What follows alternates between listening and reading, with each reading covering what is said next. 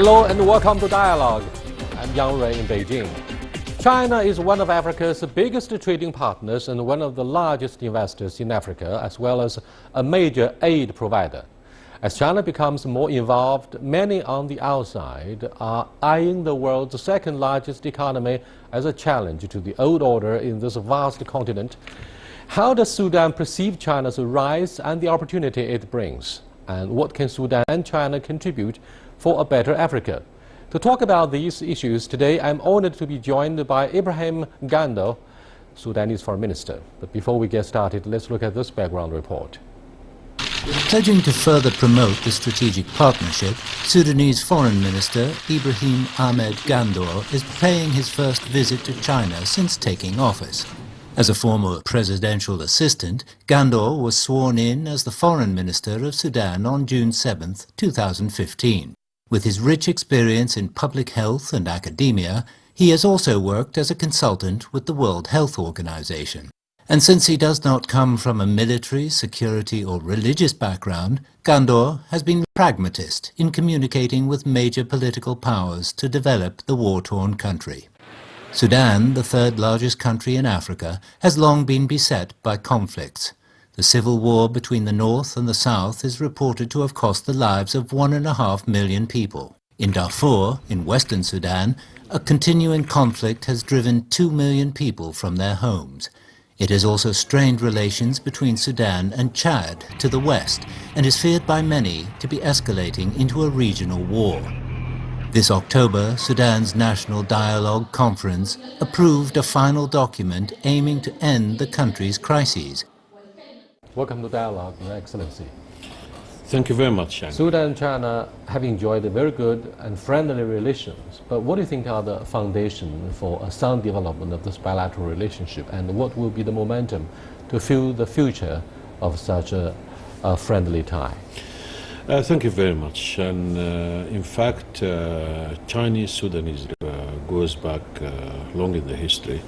Sudan was the first sub-Saharan country in Africa to recognize the People's Republic of China. But today's relation is started by the contribution of China to the economic development of Sudan when they started in the oil business in the country more than 20 years ago. And that, in fact, boomed the economy of Sudan, and this, in fact, strengthened the relation between Sudan and China in a well-versed win-win situation. And this is what is strengthening today's relation. China is now a contributor in various sectors, particularly in infrastructure, and now they are going towards agriculture and agro-industry. But with the drop in commodity prices, and particularly the lackluster performance of our own in China, what do you think of the sustainability of such a relationship that is very much shaped by our investment and trade? Although China imports raw materials from different countries of Africa, we believe that the prospects of the economic relation between Sudan and China should go beyond that. Sudan is basically an agricultural country, although it has got a major resource of minerals and oil, but it's basically an agricultural country with a vast land underground, running and rainwater. And this is why our partnership in the next step that is supposed to take, and this is what we discuss with our Chinese friends in Beijing and in Khartoum as well, is that we go towards food industry, agriculture and agro-industry. Sudan neighbors COMESA, one of the largest markets that almost houses 600 million people, and it can extend also to the southern parts and eastern parts of Africa as well. You must have met with your Chinese counterpart, Mr. Wang Yi, and you were received by Vice President Liu Chao. What were the issues on the agenda between the two sides? With my friend Wang Yi, we discussed all issues of concern, and including, of course, our bilateral relations and how we can go forward and organize ourselves in a changing world now. We discussed regional issues of mutual interest for both parties, as well as international issues, including the future of the UN and the UN Security Council. And although we discussed other issues, including economic relations, as well as how we can go forward in strengthening our bilateral relation. With the Vice President of China, we discussed a promotion of economic and cultural relations, and the invitation to His Excellency the Vice President to visit Sudan by our first Vice President, Bakri Hassan Saleh. Do you expect to have a huge investment in the infrastructure? But in fact, we had a lot of investment in infrastructure when we started the oil business. Now we are expecting a huge investment in agriculture and agro-industry.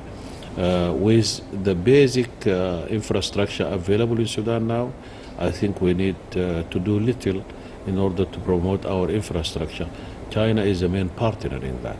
And do you think our investment in your infrastructure and indeed in other African countries will lay groundwork for industrialization of the African economy? Let me say that Sudan was China's door to Africa. Many Africans, when they saw the success story of partnership between Sudan and China, they approached the Chinese to invest in oil, in mining, and other areas, including infrastructure. And I think the investment of China through its own magnificent resources and experience in infrastructure promoted African economy very well. Chinese expertise in roads, in bridges, in airports, let us say, have contributed a lot to the African economy, and this is why China now is the largest economic partner to the continent. If we go back to the Chinese-African summit, which was held in Johannesburg earlier I was there this to year. cover the summit. Okay, earlier this year, that can tell you about the success story in African-Chinese partnership. Let's avoid generalizing the benefits and friendship, which is of course very important for China and their friends in Africa. What do you think of the issue of employment and environmental pollution? China comes under fire from Western media that what we do in Africa may not benefit the job market, and in some cases our extraction of natural resources may have damaged the environment, allegedly.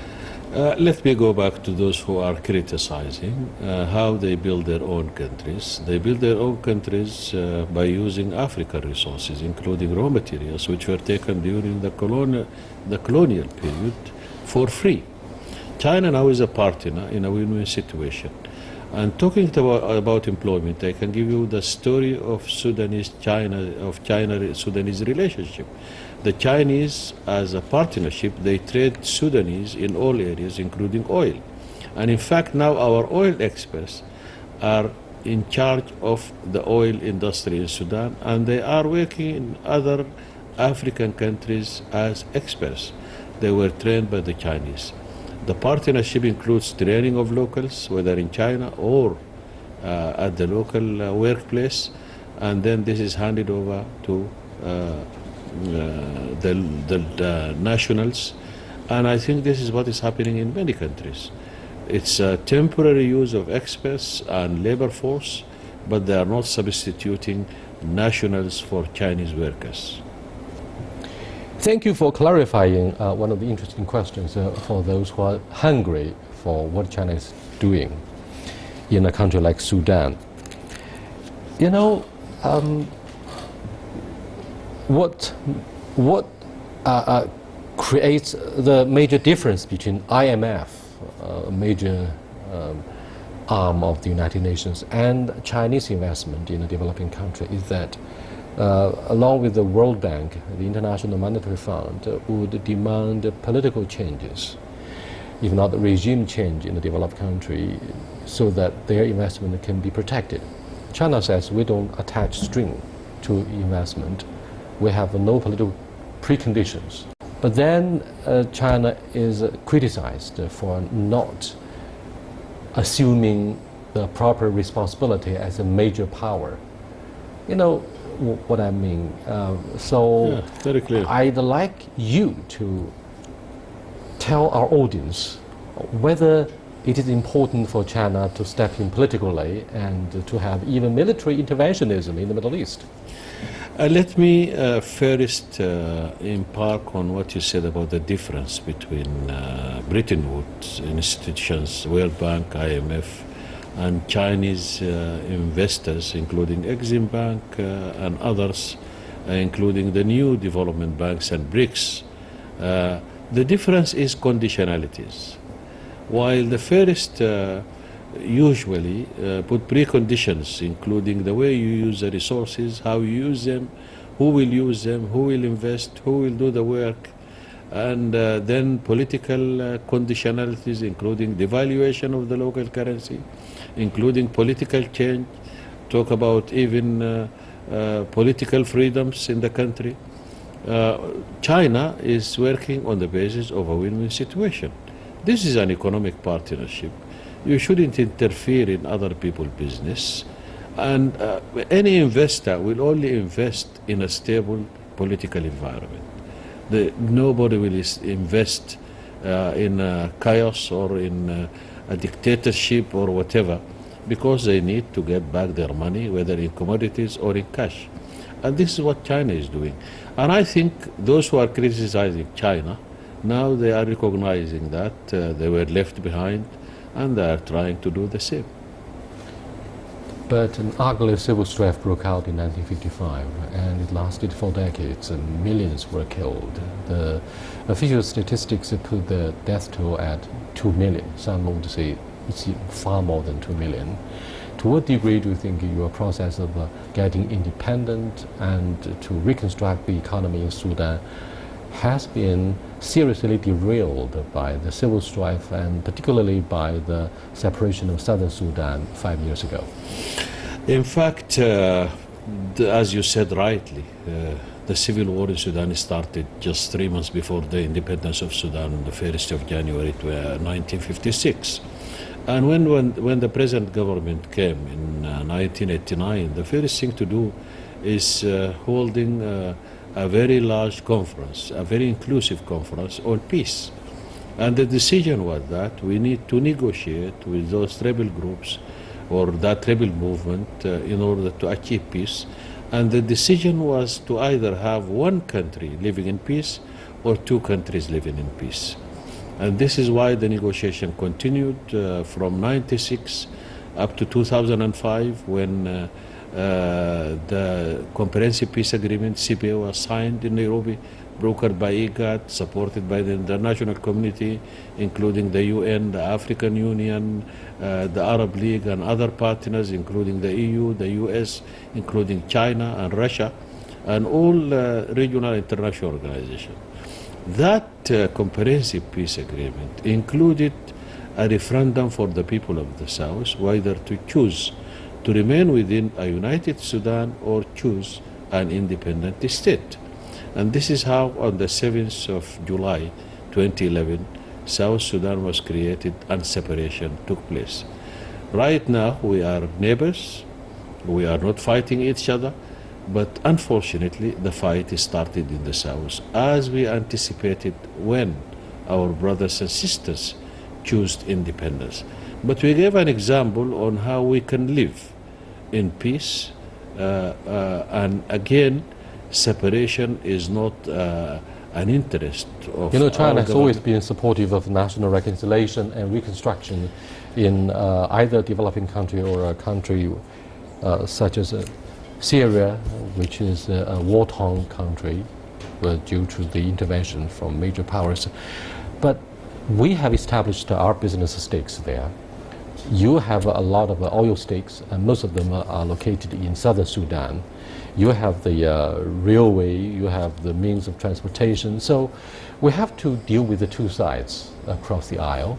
Now, is it an easy job?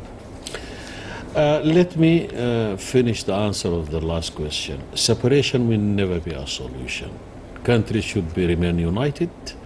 It's always beneficial to have a large country, a large partnership instead of a smaller like countries. And having said that, because of the separation, Sudan lost 75% of its foreign currency generating resource, which is oil. We lost one part of our people, 1/5 of our land. But still, now we are liaised through the transport of oil, because South Sudan is a locked country. And the pipeline, which was built by China, runs from the oil fields in the south up to Port Sudan, our main port on the eastern coast on the Red Sea. And this is why we are in partnership now, transporting South Sudanese oil. But South Sudan perhaps wants to bypass North Sudan so that they would reduce their dependence on the infrastructure of transportation. In fact, this is not possible, because the northern parts of South Sudan, which are the most populated areas, are directly linked. Blood links, relatives on both sides, commercial and economic ties, and it's not easy to separate a Siamese twin overnight. And therefore, China is wedged in between. We talk to both sides, and it's definitely a difficult mission. It's a difficult mission, but China, with its wisdom and political elites, is... But our peacekeepers were killed in the civil strife of Southern Sudan. Yes, in fact, that is unfortunate. China lost 2 peacekeepers, and they were the first to sacrifice in the south. But that is for the sake of international and regional business. Is a price China has always been paying. But still, China is playing a role through its envoys between Sudan and South Sudan, and it is partner to both. Thank you very much. You are watching Dialogue with His Excellency Mr. Ibrahim Ganda, Sudanese Foreign Minister. It's an exclusive interview with the Dialogue on CCTV News. We're discussing issues covering bilateral relationship between Sudan and the PRC, as well as why Southern Sudan was separated 5 years ago. We'll be back in a short while. Stay with us, please.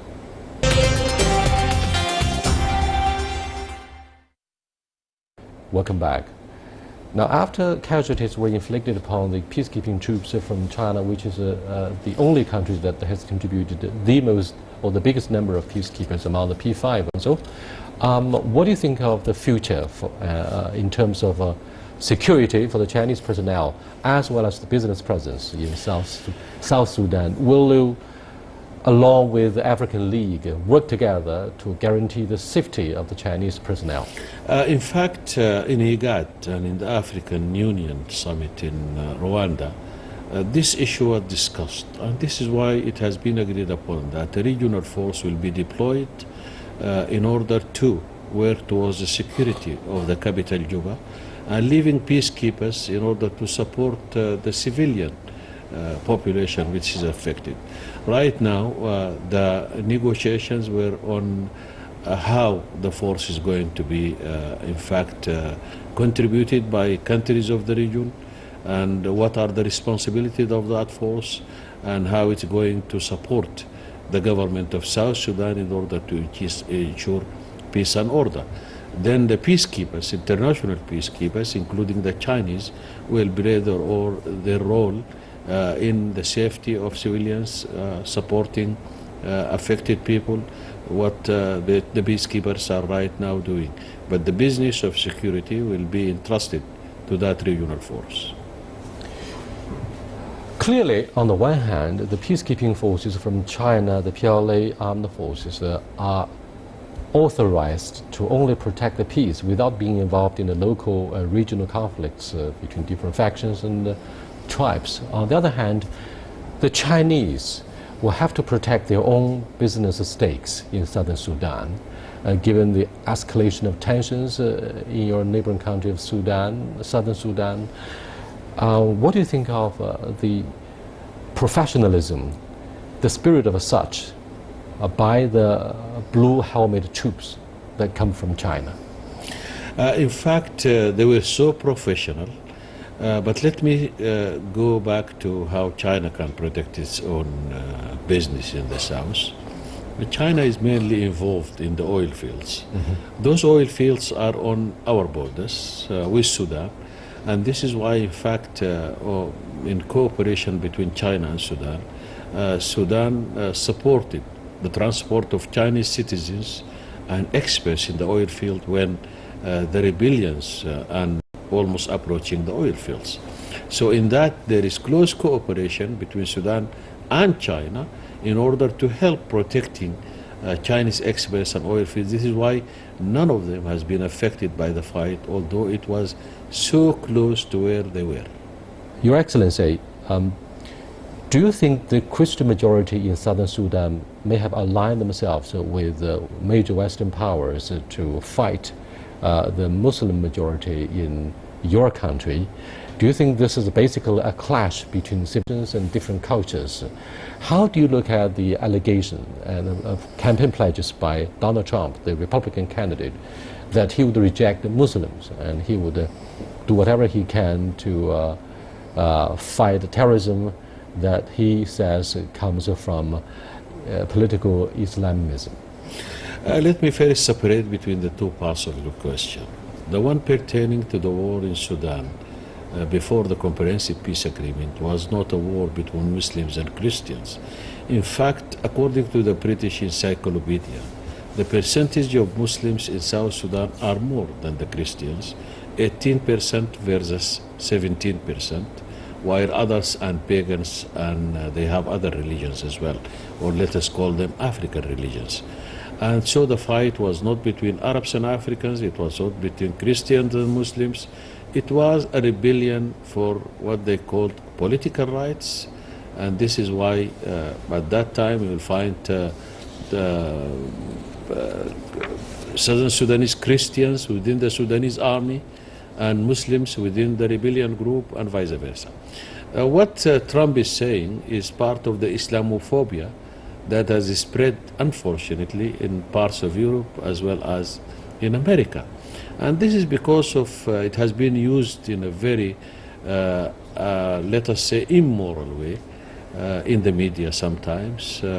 And I think the whole world needs to do a lot in order to amend that.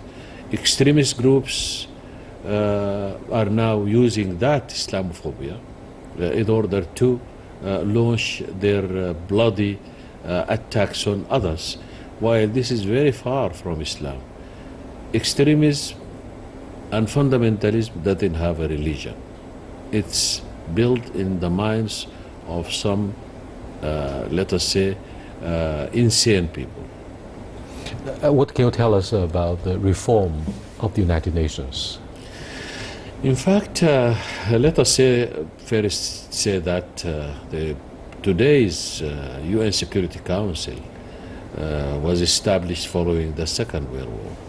So the victorious powers at that time organized everything in the way they see it. A continent like Africa doesn't have a permanent seat in the Security Council, while Europe is having 3, plus America and China. Asia, with all its population, is having only one candidate, which is China. What we need is reorganization and see a real new world order where every human being sees that this is our organization, it represents us. And this is why we need real reform in the UN, particularly the UN Security Council. We need to give more powers to the UN Assembly, where everybody is represented on the expense of the responsibilities of the UN Security Council now, which is sometimes being mobilized to support political interests of some. When regional conflicts did occur, when some of the policymakers and politicians in developed countries considered it's necessary to bypass the UN Security Council, it's up to them completely to ignore the presence and authority of the the United Nations. So what do you think of the embarrassment for the authority of the United Nations? Let me put the question in another way. Who knows African problems better? Is it the African Union or the UN? And this is why solutions should always originate from the region. we are mature enough. The African Union Summit is 45 countries, almost 1/3 of the world, with wise leaders who can decide, with a council of foreign ministers who can propose and decide, with organization and structures, with a African Peace and Security Council that can decide. If issues are left first to regional authorities, and let us say even starting by sub-regional authorities, like IGAD, which did a lot, brokered the peace agreement in Sudan, brokered the peace agreement in South Sudan, now supporting the conflicts between countries of the region, and so is ECOWAS in other regions, in West Africa, SADC in southern parts of Africa, and so on. So if those organizations failed to resolve the issue, then it can be taken further to a higher level, let us say, call it the UN or UN Security Council. Or if those organizations requested a support from the UN. Now most of the peacekeepers in Africa are Africans. They are supported by the UN, yes, but it's only in financing that because of the economic conditions of African countries. Let us agree on a structure that starts at the sub-region up to the level of the region and later the UN. Thank you very much for being part of this meaningful dialogue between China and our friendly country of Sudan. Thank you again for all your insightful comments. With that, we come to the end of this edition of Dialogue with the Sudanese Foreign Minister. I'll see you next time. Goodbye.